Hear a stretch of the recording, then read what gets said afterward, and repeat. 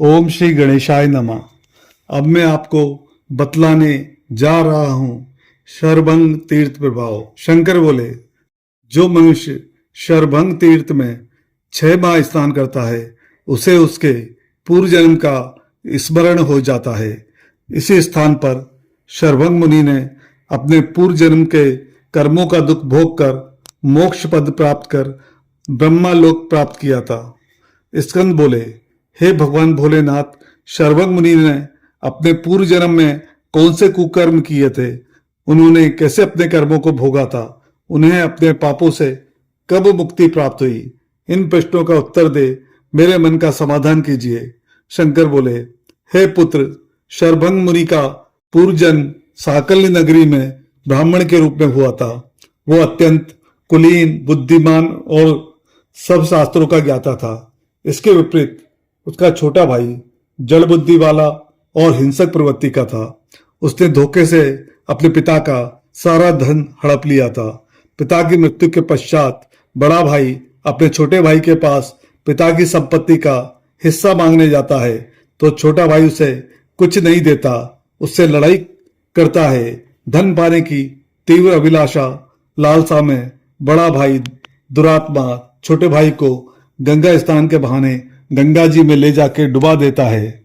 छोटे भाई के मृत्यु से वो धन भूमि में ही गड़ा रह जाता है। उस धन के बारे में बड़े भाई को कुछ मालूम नहीं हो पाता। धन और छोटे भाई के हत्या करने का दुख वो ब्राह्मण सहन नहीं कर पाता। उसका मन वैराग्य भाव से भर जाता है। अपने भाई को याद कर उसे मन ही मन बहुत पश्चाताप होता है कि व्यर्थ ही मैंने अपने भाई को मार डाला। मुझसे बहुत बड़ा अपराध हुआ है। अपने इसी दुख से व्यथित हो वह प्रयागराज तीर्थ जाता है और वहीं अपने प्राण त्याग देता है।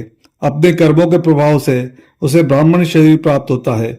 उसके बाद वो ब्राह्मण योनि में जन्म लेकर जब 18 वर्ष का होता है तब उसे कोढ़ रोग होने से उसका मन घृणा से भर जाता है।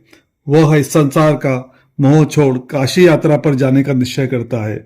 उसके पश्चात वो घर से निकलकर संपूर्ण जगत की यात्रा कर घने जंगलों में गंगा जी के तट पर जाता है।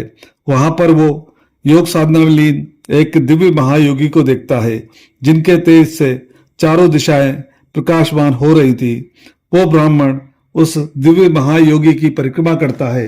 वह उन्हें साष्टांग दंडवत प्रणाम कर उनसे पूछता है, हे मुनिवर, बताइए मैंने ऐसा कौन सा पाप किया है जिसके प्रभाव से मुझे कोढ़ हुआ है और यह ब्राह्मण की योनि मुझे कैसे प्राप्त हुई है?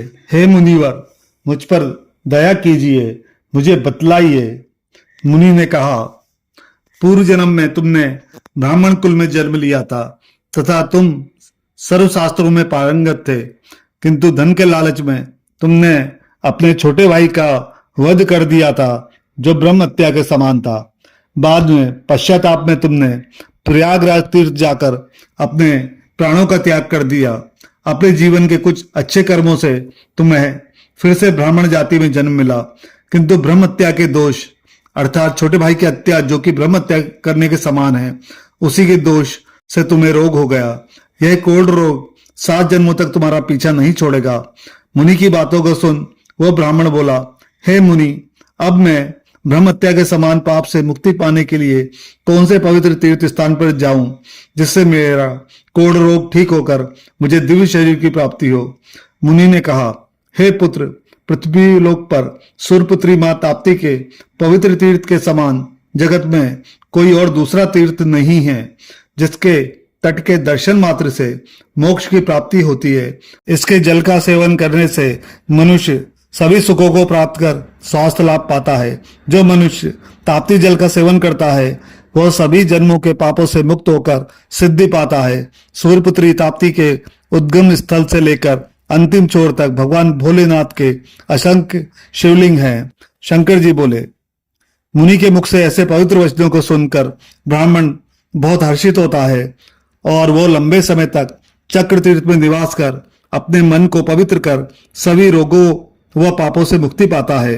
अमृतदायिनी ताप्ती जल का सेवन करने से शरभंग ऋषि को सिद्धि प्राप्त हुई थी और इस तीर्थ का नाम शरभंग तीर्थ हुआ, जिसकी सेवा स्कंद भी करते हैं।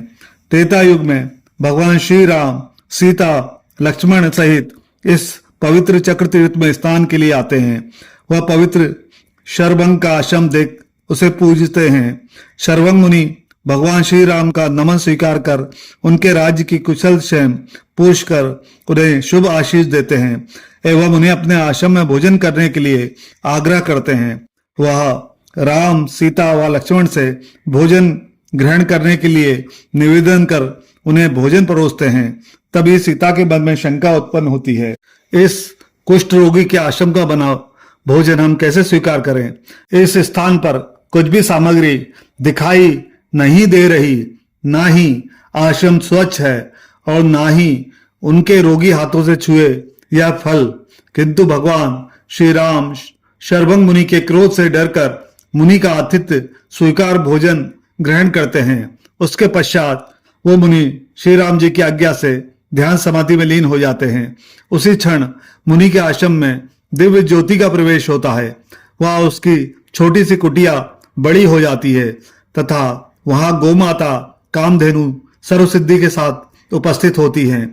विभिन्न प्रकार के 36 भोग पकवान जो स्वर्ग में ही दिखाई देते हैं, वो भोजन वहां उपलब्ध होता है।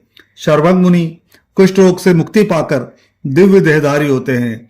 तब भगवान श्री राम वहां आते हैं, जहां पर एक लंबे खंबे से एक शरीर की छाया को बांध कर रखा जाता है। तब सीता उनसे पूछती है, यह कौन है? तब श्री राम सीता से कहते हैं कि हे सीते, ऋषि मुनि यदि प्रसन्न हो जाएं तो हमें अपना सर्वस्व शुभ आशीष आशीर्वाद देते हैं, और यदि भूल से भी इन्हें दुखी कर दें तो यह अति क्रोधित हो श्राप देते हैं, जिसमें हमारा सर्वस्व भस्म हो जाता है। श्री राम जी सीता जी से कहते हैं, आप वहां कुछ मत बोलना, तथा वे दोनों उस मंदिर में प्रवेश कर मुनि को दमन करते हैं। किंतु सीता अबोध बालिका जैसी भोली बनकर स्तंभ से बंधी मुनि की छाया से पूछ बैठती है, हे मुनिवर, यह सब क्या है? तब मुनि सीता से कहते हैं कि हे पुत्री, मैंने श्री राम के मन को परख लिया था, किंतु तुम्हारे मन में मेरे आतिथ्य को लेकर शंका उत्पन्न हो गई थी कि कुष्ठ रोगी के घर का भोजन कैसे ग्रहण करें, और दूसरा कुष्ठ रोगी के हाथों तोड़कर लाए फलों को कैसे खाएं। इसी कारण मैंने कुष्ठ रोगी के शरीर को इस स्तंभ से बांध दिया। मुनि के वचनों को सुन सीता रोमांचित होती है।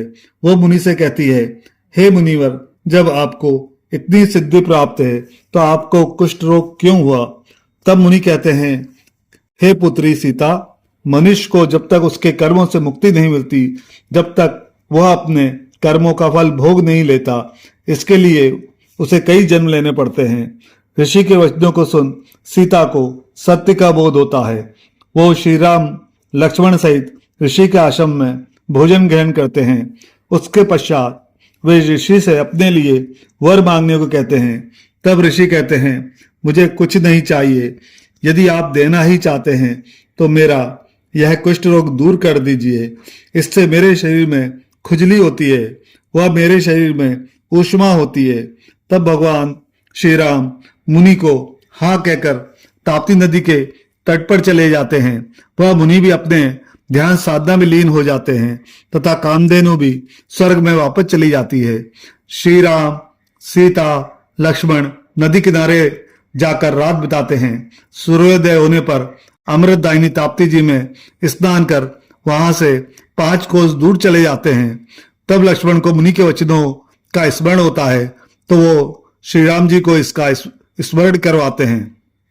तब श्री राम जी अपने धनुष अग्निवाण से भूमि को भेदते हैं, जिसमें से जल की स्रोत धारा निकलती है, जो ऋषि के आश्रम के चारों ओर गोल घेरा बनाती है।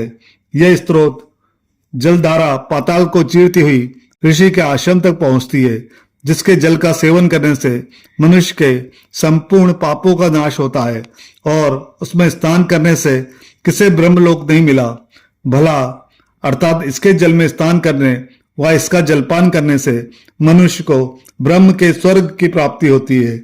जीवनदायिनी ताप्ती के जल में स्नान करने से 7 जन्मों तक मनुष्य को कुष्ठ रोग से मुक्ति प्राप्त होती है। जो मनुष्य इसके निर्मल जल में स्नान करता है वो जन्म जन्मान तक दुख, दारिद्र्य, रोगों व पापों से मुक्ति प्राप्त कर लेता है। पवित्र ताप्ती तीर्थ संगम पर जो मनुष्य स्नान करता है उसके पाप धुल जाते हैं, वह उसके सभी दुखों का निवारण हो जाता है। शरभंग ऋषि भी ताप्ती में स्नान कर कोढ़ से मुक्त हुए थे।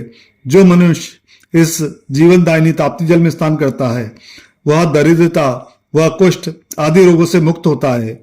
उसे जन्म जन्मान तक शांति मिलती है। इसमें किसी प्रकार का कोई संदेह नहीं है। जय मां ताप्ती।